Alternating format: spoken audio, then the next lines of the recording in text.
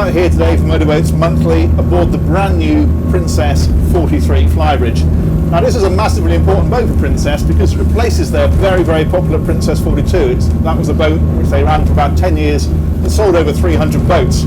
So it's really important that they got this one right. And we're out here in some proper testing conditions as well. It's doing about a force 5 to 6, gusting 7, and we're at the tail end of the really strong winds that blew through when it was force 11 at the weekend. So we've got some really proper big rolling seas out here. And what's interesting is that recently, when we've been testing new boats, it's been a fact of life that boats are getting bigger and fatter, they're getting more accommodation in them, and as a result of that, on some models, we're starting to see a degree of compromise in terms of the seakeeping.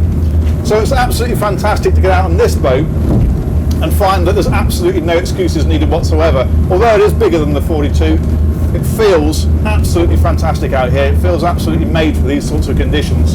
It's not the sort of stuff you want to come out into deliberately, but it is nice to know that it'll handle it beautifully if you ever are caught out.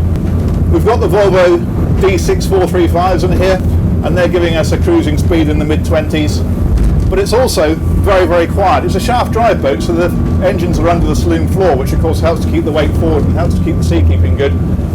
But despite that, it's the sort of noise levels where you can have a conversation without having to raise your voice, and it's the sort of noise levels where if you're doing some extended cruising and you're downstairs, it's not wearing.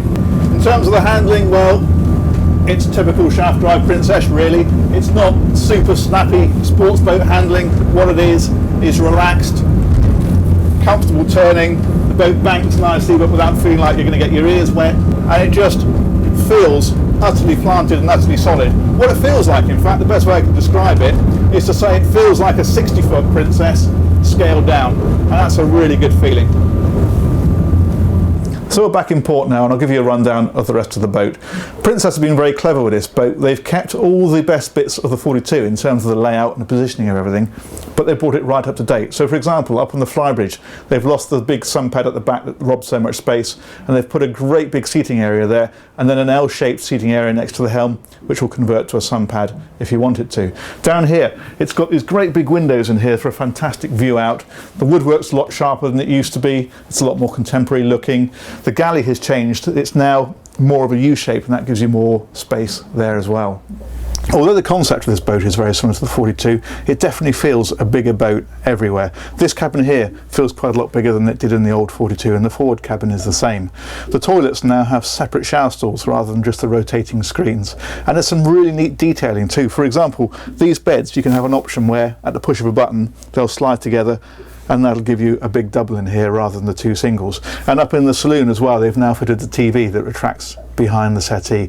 Really is a nicely thought out, well specified boat. We're well used to Princess producing a good boat, but this is well beyond that. They've got this one absolutely spot on. It's capable, it's practical, it's classy, it's well finished, loads of space. It is just an absolutely superb boat.